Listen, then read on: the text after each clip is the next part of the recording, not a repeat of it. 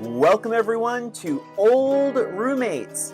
This week on the show, we revisit 1988's Midnight Run.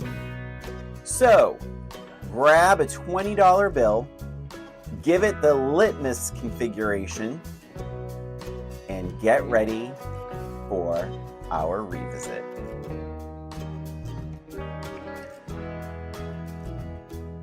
Welcome, everyone, to Old Roommates, the only podcast that revisits pop culture through a middle-aged lens.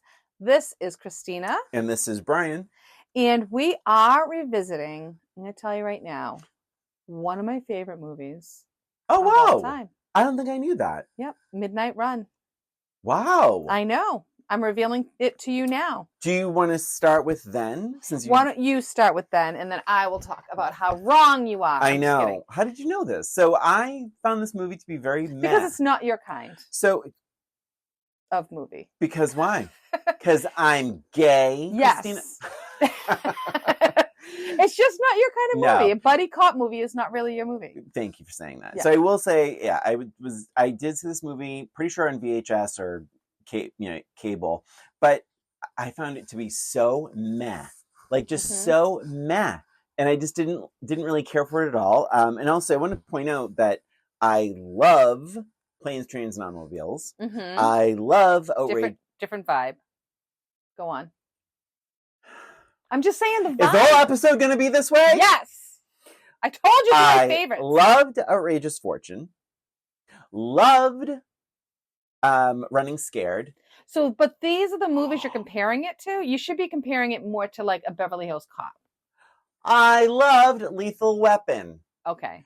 That's valid. That's a valid comparison. Fine. I love Lethal Weapon. Fine. So with this movie, and by the way, all those movies I just rattled off, they all came before this movie. Okay. So I don't know. The movie got so many amazing reviews. Like Gene Siskel had this on his best. And I love Siskel and Ebert. So like they both went crazy about this movie. So when I finally got around to seeing it, I was like, I just thought the whole thing was very meh. And sometimes that's hard when you have a lot of rave reviews and everybody's like, this is amazing. And then you watch it and you're like, huh? That happened to me with Mel Brooks's History of the World. Okay. Where everyone's like, this is absolutely hilarious, every part of it. And then, they tell you a little bit about stuff. And then you have your expectations like way up here. Yeah. And then you watch it and you're like, what the hell was everybody thinking? So I can see how your expectations would be too high for this movie, especially since the movie itself, the tone is lower than something like An Outrageous Fortune or Planes, Trains, and Automobiles. It's the tone of it is a little bit more muted. And I want to say something to you now. Let's hear it. You attacked me and said, but you don't like buddy cop movies. May I point out, they're not buddies and they're not cops. No, but it's the same vibe as a buddy cop movie. Because it's true. Oh, but it's not the same vibe as an Outrageous Fortune? No, because Outrageous Fortune is zany and big, like this it's is about just much more zany. Two people that, well, I guess people. So buddy cop movies are usually buddy cop movies are usually two opposite types of personality cops who learn how to work together, and they're forced together to work together, blah blah blah blah. That, and then they become buddies. That's usually how it works. Outrageous Fortune. Outrageous Fortune is different because it's more of like a zany-ish vibe. Zany? Yes. They were shot at. Zany. They were dangling off of Shelley Long almost died on a cliff. Like zany. Have you seen Outrageous Fortune? No, I have not. I'm just kidding. Have you? Oh, okay. No, I haven't. Right. But anyway, it was a long time ago. I kind of forget all about it. But anyway, so it just didn't compare. And even Lethal Weapon. So Lethal Weapon's a fair comparison in the world of Christina. Absolutely, because it's Mel Gibson and Donald Glover. Danny Glover. Yes. Sorry. I've been watching Community. Wait, I know. I'm like, why doesn't that sound right? I've been watching Community recently. Danny Glover. Yeah. Opposite people, personalities. Yeah. And they're forced to work together and they're in a car a lot. That I'm just You're yelling at me because I feel like you're not even opening your mind to this. I Don't you think that is a fairer comparison than something like Planes, Trains, and Automobiles? Well, actually, I mean, Midnight Run, someone is it's against their will. Yeah. Lethal Weapon, who's again, like, I mean, I feel like they're just trying to, their personalities are just different. Yes. I don't, listen, All right. Outrageous Fortune, Planes, Trains, Automobiles, like, Steve Martin does not want to be with John Candy. Correct. He does not want this. Correct. I would also say that De Niro doesn't want to be with Grodin. Correct. I would also say that Long doesn't want to be with Midler. Yes. And Hines doesn't want to be with Crystal and all that. So I guess we will agree We to have disagree, to agree to and disagree. let's move We're along. never going to get through this episode. Move along. So how did you feel about Midnight Run, Brian? I watched this. Oh, well, this is going to be real bad. Oh, boy. Okay, so the other night. So wait, it's still in the past here. This is still like your No, past. I said it was just meh. It was total so meh. I can't tell you what I felt? Whoops. Well, you said it's one of your favorite movies. How did you feel the first time? So I guess that's the end of my conversation. Sorry, you're right. Christina, how did you feel the first time you saw Midnight Run? I liked it. No, seriously, I think this is one of my favorite movies of all time, and I will tell you why. I felt like the dialogue in this movie made the movie for me. I also liked the action sequences. Okay. I liked the different facets of the movie. The Alonzo Mosley part of it, the Bales Bond people, what was his name? Marvin's character, the whole thing. And then on top of it all, their relationship and just trying to deal with each other and just figuring out what is going to happen next. I loved this movie. I thought it was hilarious. And I also, I'm like, not really. I mean, I like Lethal Weapon, but typically I don't like these cop buddy movies. Mm-hmm. So for me, I think maybe the difference is I did not have this huge expectation of it, right? So I just thought it was going to be just another one of those cop movie, whatever. And when I watched it, it was just so entertaining. I loved their personalities. I loved their relationship and their bickering. And I loved that, you know, Robert De Niro is like this tough guy, but he also has a heart. Like he's not just an asshole. And even the Grodin character, the Charles Grodin character, he's not just one note either. He's not just like this stuffy guy. I mean, he is a lot, but he also has that sense of humor and he's not afraid to like stand up for himself and butt his nose in things. Mm-hmm. All of that. And then even just like the backstories are great. So anyway, I really, really enjoy this movie. I've quoted this movie. I have recommended this movie. What's your favorite quote that you said? What I say a lot is, what the hell? What the hell? I love that. I think that's funny. Anyway, so that was my then, similar to my now. I will tell you right now, but you can do your now first. Okay. All right. Yeah. So I will say this. So you said it's one of your favorite movies. I did not know this. Yes. Do you know who else this is their favorite movie of all time? I'm going to guess because the celebrities. Oh. Christian Slater. No way. Matt Damon.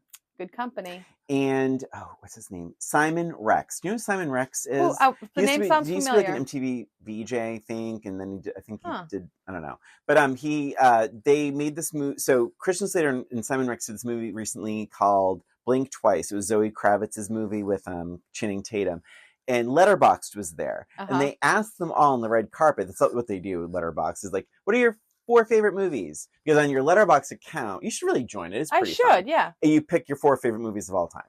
And so it's bizarre. Simon Rex and Christian Slater had the same #1 movie. Wow. Midnight Run. And so when we had talked about this, it was like, oh my gosh, I'm like, I saw this movie once, and I saw it probably in 1989. Right. And so this will be great because clearly I missed something. And then something else popped up, and I was like, just doing a little bit of research after I watched it. It was like, it's Matt Damon's favorite movie. I'm like, what? I'm like, okay, it's so like, what did I miss? Like I've done that with movies so it's like, too. It's like, what did I miss? Maybe I was just too young, and like you're saying, it wasn't my thing. Mm-hmm.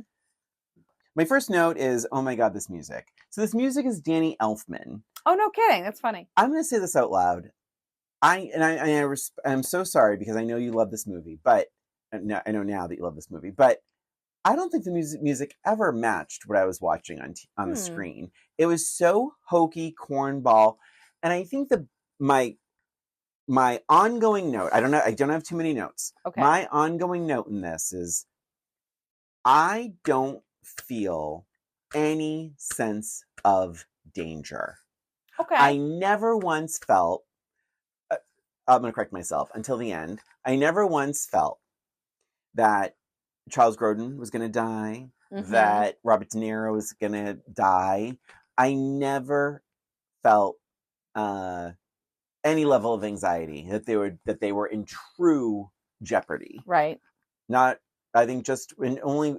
I agree with that, Okay. and I think part of that is because most of the people who were after him, which was a lot, most of the people, not all, were just trying to get him. They weren't trying to kill him. They were just trying to get him either back to jail or back, basically back to jail. So the FBI, Marvin, they're all trying to just get him so that the bail bond doesn't lose their money. Well, except, Mosley was just trying to get him back to jail. Except I said most. I said most several times. Except for the obviously the mob people, right? Yes, yeah. But those two bumbling. Right? Aren't they the guys from Sister Act? Are those the same two guys? Were they the same two guys? I mean, it would make sense because I think it's the same production company. Oh my God, that would be hilarious if it was. Yeah. I didn't know. I want to look it up now. But they're bumbling. Yeah. I mean, even if they weren't bumbling, they still, at every part when they're trying to get to him, somebody else is already there. Yeah. So, yeah, I never felt like a whole lot of danger for him either. It was just really about, are they going to get him back in time? It wasn't, are they going to get out of this alive? So here's my thing. I felt like because Robert De Niro's character is so seasoned, and you get this feeling he's seen it all, even in the first minute, I did like that when I remember that, like, I actually remember that very vividly, how he crouches down and the gunshot blows through the door very early on. So I think, like, because he's so seasoned, because he has this, like, this expertise as a bounty hunter, as a former cop, that I kind of wish there was a little bit more of a level playing field. I just never felt, I felt like I was just kind of like going through the motions. I never felt suspense. And I think that when you have a road movie or a buddy cop movie, there needs to be some drive, literal drive in the story. And I just didn't feel like it had one. Oh my God, it was all over the place. It was constantly going somewhere.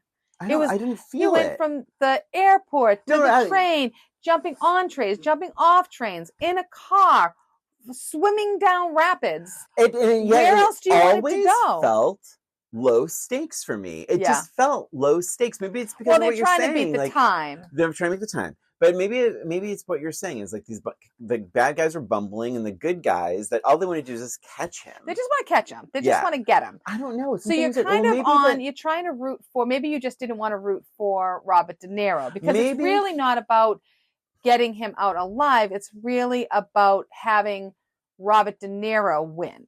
Yeah. Because in my opinion, I'm rooting for Robert De Niro. I feel like he has had a fucking crappy few years, right? He got kicked off of the force because he's a good guy. Then he's just trying to make ends meet. All he wants is to open up a diner. He just wants, and he even tells the bail bond guy at the beginning, he's like, look, I need this to be a big payout. I want this. I'm not going to do this $20,000. I don't want to be doing this forever. I'll do it for $100,000. This can be my last one. And then I can move on with my life. I don't want to be doing all this crap. He's sick of it. He wants to get out of it. He wants to do this. So I'm rooting for this guy from the minute he's on screen. And he looks really good too, by the way. Oh, super cute. So cute and young and confident. I love him. But I'm rooting for him. And that is why I'm excited and invested into this, because there's all these people following him, trying to get the Duke back. And you just want Jack to catch a break. You just, and even the Duke is saying, I'm going to have to get away from you, because otherwise, as soon as I'm there, I'm dead, So you even know that he's going to try to escape. And you're just with Jack the whole time going, okay, get him there on time. Just get him there on time. Let's get this goddamn diner. I just, yeah, and I think Robert De Niro is great in this. I Mm-hmm. do, and I think Charles Grodin is good in this. I think, yeah, again, I'm repeating myself, but that was kind of my ongoing thought. I was like, I felt like I was just watching, Mm-hmm. like, okay, all right, and now this happened, this happened. I don't know if I felt. Was it hard for you? Because this sometimes happens to you. Is it hard for you to root for a criminal? Is that part of it? That might be part of it. That Yeah, might be I part of know it that has been because an issue with they you in were the both past, because they were both far from being saints, and right? so it's like, oh, what But do you I? find out later that Robert Well, De Niro, right. he ended up leaving the police force because everybody was corrupt. That's right. And you already know from the beginning that 15 million he embezzled, that Charles Grodin embezzled, went to charity. Right. And yeah, so I do understand all of that. But maybe it was like, I don't know, like nobody.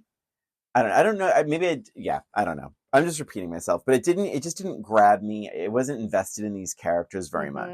much. Like there were some things like I laughed. Like I did like when Charles Grodin's character, the Duke, said, what's John and Jack? Yeah. So he's like, Jonathan. Yeah. he's like, they're leaving the diner or the restaurant, and he's like, The train the train. That's right, the tip. and the tip. And he's yeah. like, oh, it's all you're gonna leave? And he's like, it's Oh my 15%. He goes, it's 13%. He's like, these people depend on tips for a living. I did laugh at that. And then he turns around and he gives them more. Yeah. Right.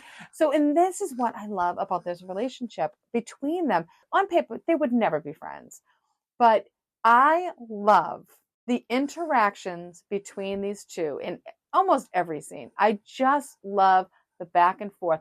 Charles Grodin, the Duke, is such a pain in the ass. And Jack just wants him to shut the fuck up. Mm-hmm. He just wants to, and he won't. And he knows that he's doing this because he cares about him. He knows deep down that he's like this good person. He's just trying to help him. He's talking about eating, and Jack is like so stubborn, but he knows that he's egging him because he cares. He's like a good person. But he's talking about eating like this fried food. Why do you eat that? Because it tastes good. Yeah. But it's bad for you.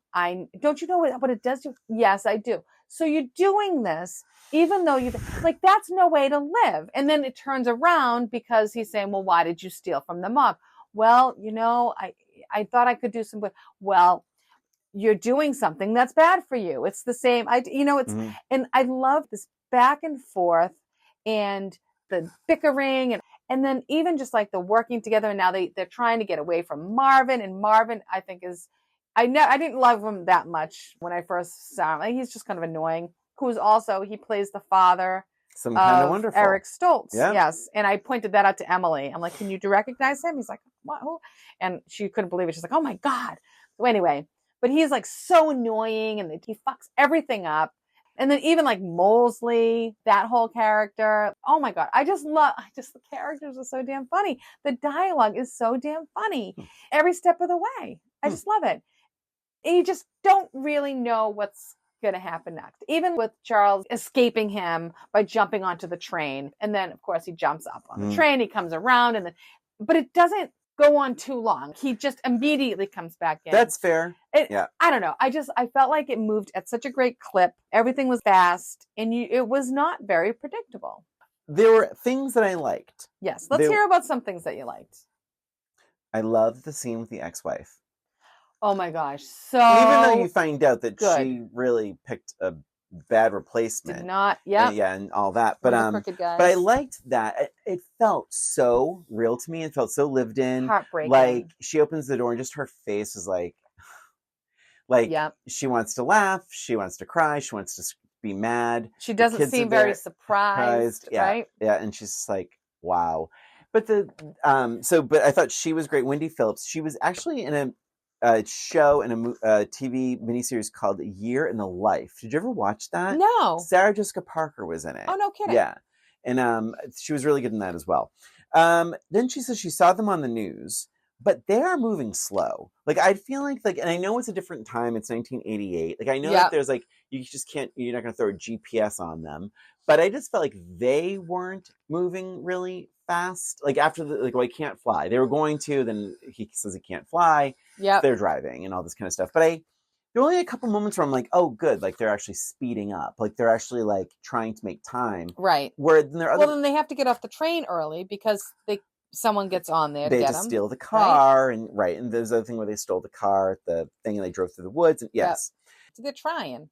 So I really, really loved, and I laughed out loud when Robert De Niro's on the phone, the payphone. You know where I'm going with this? Yep. And he's like, Yeah, Eddie, I love this scene.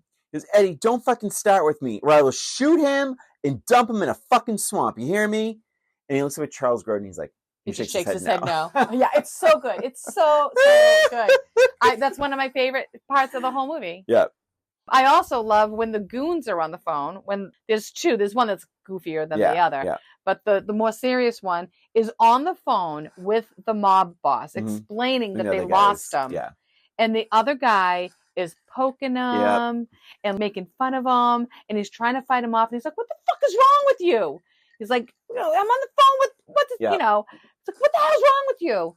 And that was making me laugh because I'm just like, oh my God, this guy is so stupid. And he's like, he's not mad at me, is he? But I mean, I thought all the characters were so good. Marvin's the only one that really kind of annoyed me, but it's mostly because he just fucked everything up. Oh, actually, I kind of like Marvin. I liked him, but it was the character itself. It's so funny. So, Christine, I feel like last season we talked so much about annoying characters. Yeah. And Charles Grodin is designed to be annoying, and I wasn't annoyed. And I think it's because it's well written and it's well acted. Yes. And so I will say that's a big positive. Yes, for this for movie. sure.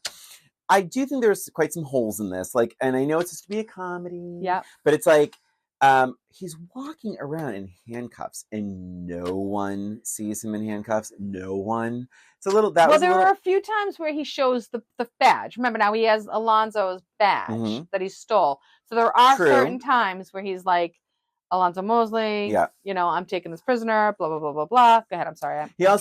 Although De Niro also puts the picture of himself on top of the cover instead of under it. I'm like, that's weird. Because in the plane, the kid's watching because he knows he's just going to have to flash it. No. What I'm saying is on the plastic. Yeah. Not under the plastic, which would have actually adhered to the card. Unless he thought, I'll just use it till I don't need it anymore and then drop it back. Yeah, I don't think he expected to use it for very long. If I know Jack the way I know And I do think some of the script is very clever. Some of the script is kind of painful. At one point, John, the Duke, says, "You guys couldn't deliver a bottle of milk." And I was like, wah, wah. That wasn't too great. I thought the other line was just funnier. He's like, he has the worst bounty hunters I've ever seen, which, how many bounty hunters have you seen? Yeah. I will say what I thought was a little shocking was, so they're being blasted, shot at from the helicopter, crazy. They are trying to kill them because they're the mobsters. Right, the mobsters. The mobsters aren't in the helicopter for some reason. That's strange. So then the helicopters, then they have the marksmen. Now, the shooters in the helicopter are just blowing everything away with rivers of bullets. Yeah. They're now flying about 15 feet over Charles Grodin. And they're like, pew! Oh no, he's getting ready to shoot. Yep. And De Niro's like, okay. Now, he could shoot the guy in the arm. But he could try, but remember, the tail of the helicopter is facing them. So I think it's harder to hit the arm. It's a smaller target, too. So instead, Christina, as a marksman, I know these things. He hits what? The tail of the propeller. And what happens? It goes out of control and smashes into the mountain and dies and explodes. And how many people died? Probably 2. 3. Oh, were there 3 people in there? Yeah. There was a shooter on each side, and then the guy flying the pilot. They're all mob people. They should die. They probably killed many people. I felt that De Niro... It was a little bit violent. I felt that Jack was shooting that because he didn't want to shoot the guy. And I was like, no, I didn't think that at all. Oh, really? Yeah. You thought he was shooting to blow the thing not to up. Kill. I don't think he was concerned. I don't think that's why he wasn't shooting the arm of the guy. I think it was just a better chance of having him not kill. I also thought it was an interesting time for the shooters in the helicopter to be so dainty with their bullets. Right. Like that was... It's why? I'm like, why? Why are you pausing? It's like the killer, right? It's always the same. Yeah. Yeah. Let's see. So then Jack could easily shoot the gun, but just instead tries to shoot... Oh, yeah. Okay, yeah. Kills 3 people. All right. A funny line.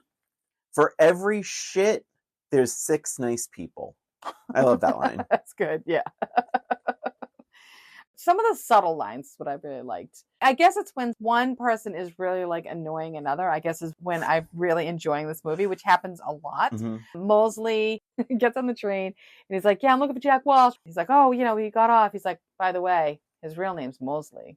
Like, made me laugh. Yeah. And then his lieutenant or whatever, well, sir, that must mean he has your identification.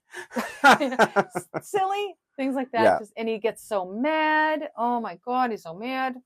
I have a question. I want to go back to because you said annoying moments, or annoying characters rather, or when they annoy each other.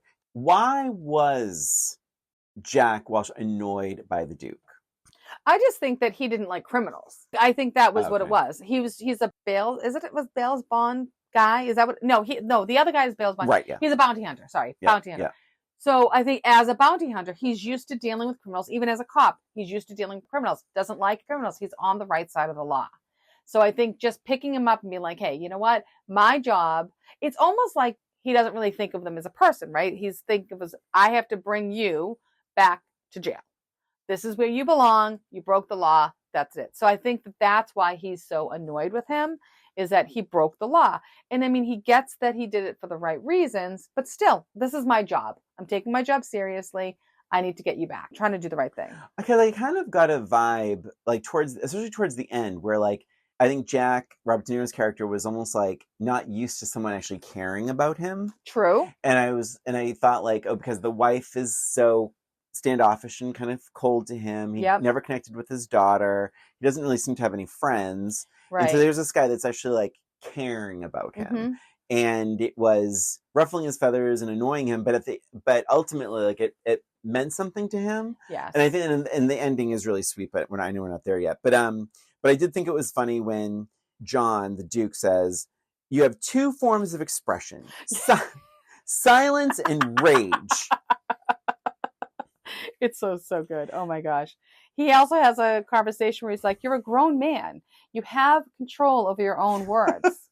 He says, here's some words for you. Shut the fuck up. And then the cigarette conversation is so funny. And like, what I love about that cigarette conversation is, he's saying stop smoking. And he's like, he's smoking. And Jack knows he's in the wrong. He wants him to stop talking. And he goes to put the cigarette out a little bit. And he's like, good. And if he didn't say good, he would have put it out. But because he keeps going on, he's like, good. He's like, no, I'm not putting it out. Because he's like, he doesn't want to be wrong. Oh my God. It's just so damn funny. Just the interaction is so good. Talk about chemistry. They have amazing chemistry together as actors. My favorite scene is the $20 bill scene. It's a great scene. And Such a good scene. Love the guy that's sitting at the bar that Charles Grodin keeps looking at. It's amazing when he's like, oh my God. He's like, did someone just come in here and use a $20 bill? And he's like, yeah. It's like tall, 6 feet. It's like 6'5". Dark hair, light colored. Sounds like our guy. Yeah. Like they're like, it's different. Doesn't even. Yeah, it's hilarious. Oh my God, so damn funny. Charles Grodin is so damn funny in that scene. And I do love when he looked at, so in my little bit of research, he looked at the guy and they cut this because he said, so they were ad-libbing. And he's like, you ever been to prison? And the old guy goes, yeah. He goes, for what? He goes, the old guy goes, murder. But I didn't do it. He's like, okay. Okay. Yeah, he's so good in that scene. And even Jack is great in that scene. He has no idea what he's talking. Exactly. What he's supposed to I be love doing. him seeing him nervous. He's like, the litmus configuration. Yeah. Oh yeah. And he's like, there's no idea what to do. He grabs like the eraser and oh my God, so freaking funny. I did say that seeing his daughter was heartbreaking. It was sweet. Even just the relationship with his wife. The fact that she's just annoyed with him. You can tell that there was love there at one point in time. She knows that she made mistakes. They have this big fight over the same thing that they fought about before, clearly. And then it stops as soon as the daughter appears. Mm-hmm. And I think that brings them both into reality. I think that's the only reason why the wife decides to help him, the ex-wife decides to help him, because it just brings everybody back. Yeah. And I like how that all turned out. And then her running out to try to help him. Yeah, you know, it was just nice. It was so awkward between the two of them, but you get the sense that it was an opening and that everyone is willing to meet halfway somewhere down the line. You feel like there is going to be a relationship somewhere down the line. Just as soon as he gets out of jail for killing 3 people. Sorry, he's not going to go to jail for killing 3 people. Did we watch? They're mobsters. What? Oh my God. A mobster's life is valued. Yes. Whatever you say, yes. I stand by my statement. Okay, if any mobsters want to email us. Email you, Christina. Yeah, I have this. I will shoot him and drop him in the swamp. What did you think about the music? You didn't think it was terrible? Oh. No, the music, it didn't bother me. Okay. It didn't really bother me that much. I mean, it's, I don't know. It's just sort of like I mean, it wasn't like it's not supposed to be a suspenseful sort of movie that where you're going to feel bad. You want it to be a little lighthearted. Okay. Because it's a comedy. It's billed as a comedy. I did think it was funny when they're being chased by like a million cars. Did that not remind you of Velma and Louise? Totally. Yeah.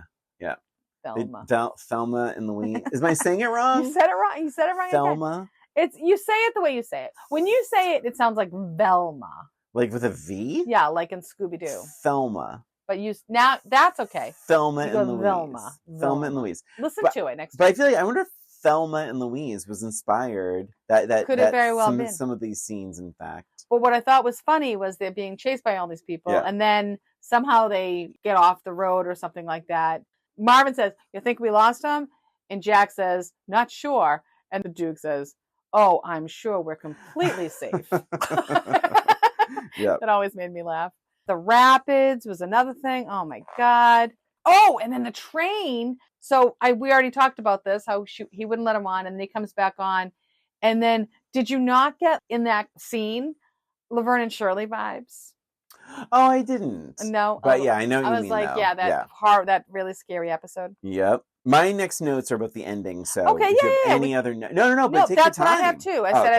I said I love how everything goes down. It was so smart and how they were working together. I loved that whole part when he figures it out. He's like, oh my God, this is how we can get him.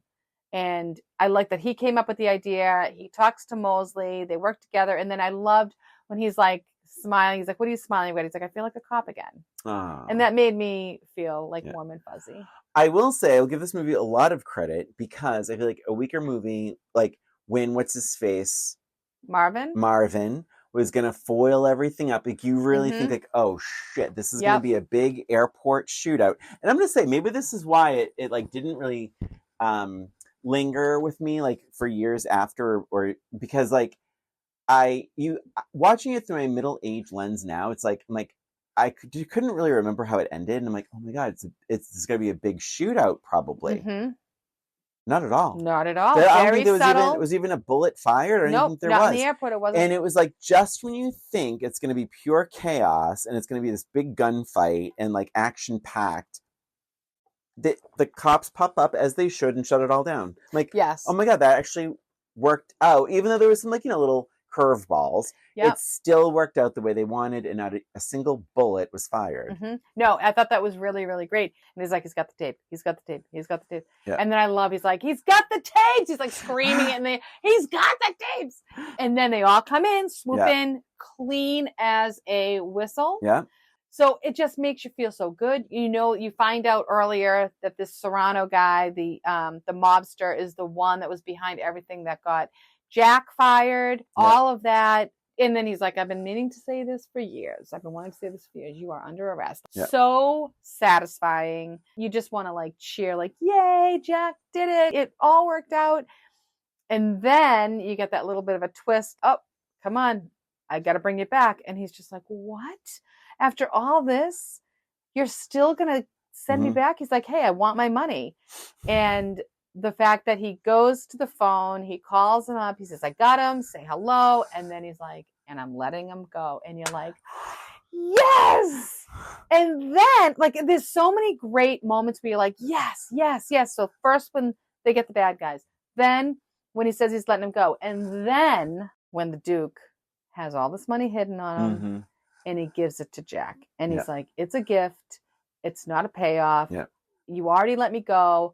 I mean, it's all so good. You feel so good. It's like Jack, you feel great about Jack, you feel great about the Duke, and then you feel great about Jack again. Mm-hmm.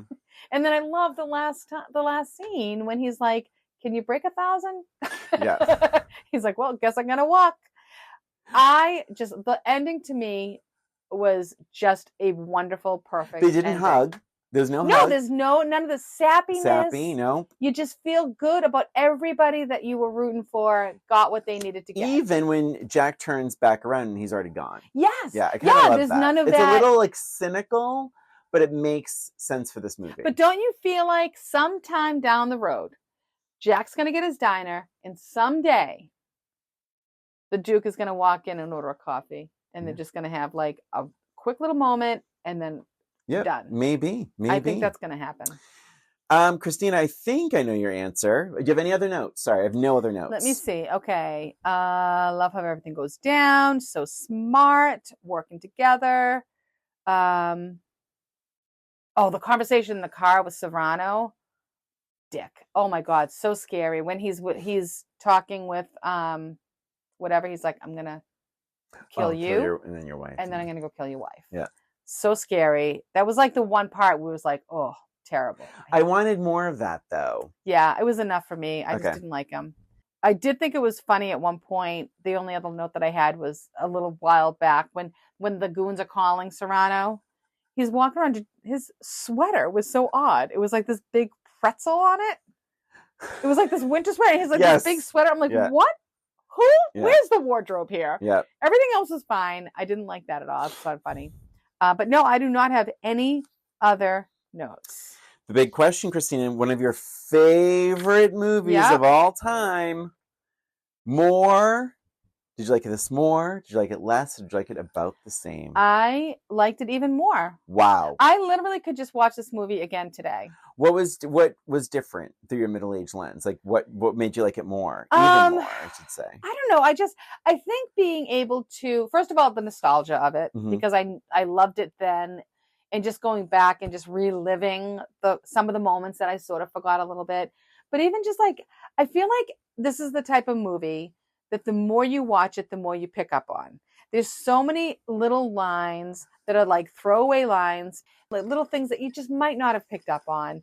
Supporting characters. I just feel like it's all there. And it's like the more you watch it, the more you pick up on. And even just being able to know what's going to happen next and knowing some of those favorite lines, anticipating that. That's why I love it more. I mean, I could watch it again and again and again and probably love it more every single time. What about you, Brian? And now you didn't like it before. Is it about the same? Yeah, I just thought it was I thought it was just meh before, and I would say it's the same for me now. It's like I just wish there was a little more danger, a little more like oomph, because you could have kept everything else, but I just wish there was more reason to watch. You wanted more of a threat.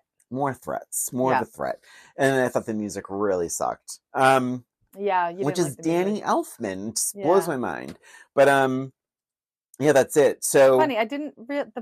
It's funny. Like the music didn't bother me at all. And I'm usually one that points out the music. Well, I mean, even the helicopter stuff. It was like bing, bing, bing, bing, bing, bing. It's like wait, but they're shooting, like they're trying to kill them. Yeah, I don't know. The budget for this was $35 million. The box office was $82 million. Mm-hmm. This was a hit. You will never, ever, ever guess who the original consideration was for the Duke. For the Duke. Which is Charles Grodin's character. Yes. I'm going to save you some hell. It's a woman. Oh my God. I'm glad. Oh my God. I'm so glad it wasn't a woman. That would have brought so much. I wouldn't have liked that at all. Cher. Shut the fuck up. Cher. I think it would have been good. I think it could have worked. Because she can be super annoying. Like she, like in Moonstruck and other movies, Suspect. I could see it. Yeah. I just wouldn't want it to be a woman because there would have been that sexual tension. Yeah. And I just don't think there's any need for that in this movie. Although, but think about it. If there wasn't, like, if there wasn't the sexual tension and they still ended the same way without even a hug, that would have been really deep. Yeah. I think I would. I mean, I love Cher anyway, but other considerations, you wouldn't have liked this, I don't think, but Robin Williams. No. And Bruce Willis. Bruce would have been able to do it. I think Bruce Willis would have been probably the worst of those three, actually. Well, really? You know why? Because worse than Robin Williams? No, but no, it's Wait, true. are you talking about the Jack character? No, I'm talking still. Oh, that's still. Oh, I'm so sorry. Yeah. So Robin Williams for the Duke and Bruce Willis for the Duke. I think Bruce Willis is too tough for the Duke. Yes, I agree. He has the wise ass thing. Here's the thing. Yeah. I think I misunderstood. Oh, okay. I think Bruce Willis would have been great for the Jack character. Yeah, I agree. Robin Williams would have been too annoying, comic-y. Yeah, he does great in a dramatic role. So I don't know if he could have reeled it in, maybe, but I still wouldn't have. I don't think I would have liked it. This got 2 Golden Globe nominations, one for Best Picture Comedy and one for Best Actor, Robert De Niro. Gene Siskel, like I said, picked this as the number 6 best movie from 1988. No Charles Grodin nominations. No, though, huh? That's nothing. Surprising. He deserves something for it. Have you ever had sex with an animal, Jack? That was ad-libbed. Charles Grodin was just told, like, listen, try and make, everyone calls Robert De Niro Bobby. Yeah. Try and make Bobby laugh. And that's what he went with. That was the take they used. And Matt Damon, Christian Slater, they say it's their favorite movie of all time. And you said Gene Siskel was on his... Yeah, number 6. I said that. Yeah, number 6, best movies of 1988. Wow. All right. Good. And I have a match game. I also have a match game. You can go first. Oh, really? Like. Sure. Christina, this is really funny because you said this out loud. And I was like, you probably saw me smile when you said it. I did? Jack opened his coffee shop. Oh, okay. Yeah. In honor of his friendship with John, the Duke. Every coffee purchase comes with blank.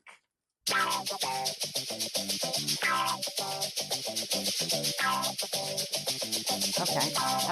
This is probably not a match, and it's something we didn't even talk about, so ding. Ding, I have 2 answers as well. So I just circled one. In my heart, I believed this. Okay. Every coffee purchase comes with a watch. Oh God, no! Neither. I have chorizo. Oh, chorizo! My second one, tip included. Oh my God, really good answers. Both of those are really good answers. I said watch. We didn't even talk about the watch, but that was one thing that it was constant throughout. He kept looking at us, trying to get his watch. It wasn't working right. And there was a conversation about it was a gift from his ex-wife. Yeah. And then he ended up, saying he's going to get a new watch, or he gave the watch to the Duke. Yes. Right? Yeah. Here we go. He also, and it was also set 30 minutes right ahead because his wife's, he was always late. So the wife gave him the watch set 30 minutes ahead. Yes. And I liked at the end how he's like, oh, it's blank of midnight. I made it. I would have made it. I would have made it. Yep. I would have made it. Are you ready for my match? I'm totally ready. This is funny. This happened last week with us too. Very similar questions about the diner. All right. So Jack finally opened his diner. Cut the shit. Yeah. Oh my God. And as a tribute to his adventures, he named it blank. What do you think he named his diner? I have 3 answers. I never have more than one. You always have more than one answer. I have 3 answers, and I am circling the one.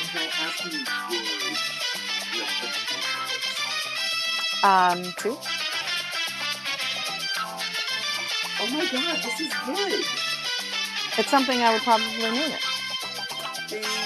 Ding. Okay, Jack opened his diner, and as a tribute to his adventures, he named it Morning Run. Oh, that's cute. That is cute. That's a tribute to the movie name, I suppose. But it's cute. I like it. Wait a minute. His adventures. They said that in the movie. They said Midnight Run. It's a Midnight Run. That's right. That's right. It's, like, hey, it's just a Midnight Run. It's easy. It's easy. Yeah. Morning Run. That's really cute. You want your cup of coffee. You're in a rush. You grab your cup of coffee. Go to work. Very, very cute. Thank you. I had 3 answers. None of those were those. My official answer, it was Duke's Diner. And then I also did Alonzo's or Mosley's. Oh, that's cute. Yeah. Mosley's would have been cute. Mosley's would have been cute. You don't like Duke's Diner? Not really. I kind of like it. Anyway, so that, my friends, was Midnight Run. And that's it for us and for this episode of Old Roommates. Thank you for listening. Please remember to follow us on Instagram or YouTube, where we have our episodes as well as a little extra. And if you have any questions about our show, any suggestions for movies we could revisit, reach out to us at oldroommatespod@gmail.com. Thanks again for listening. This is Brian. And this is Christina. Until next time.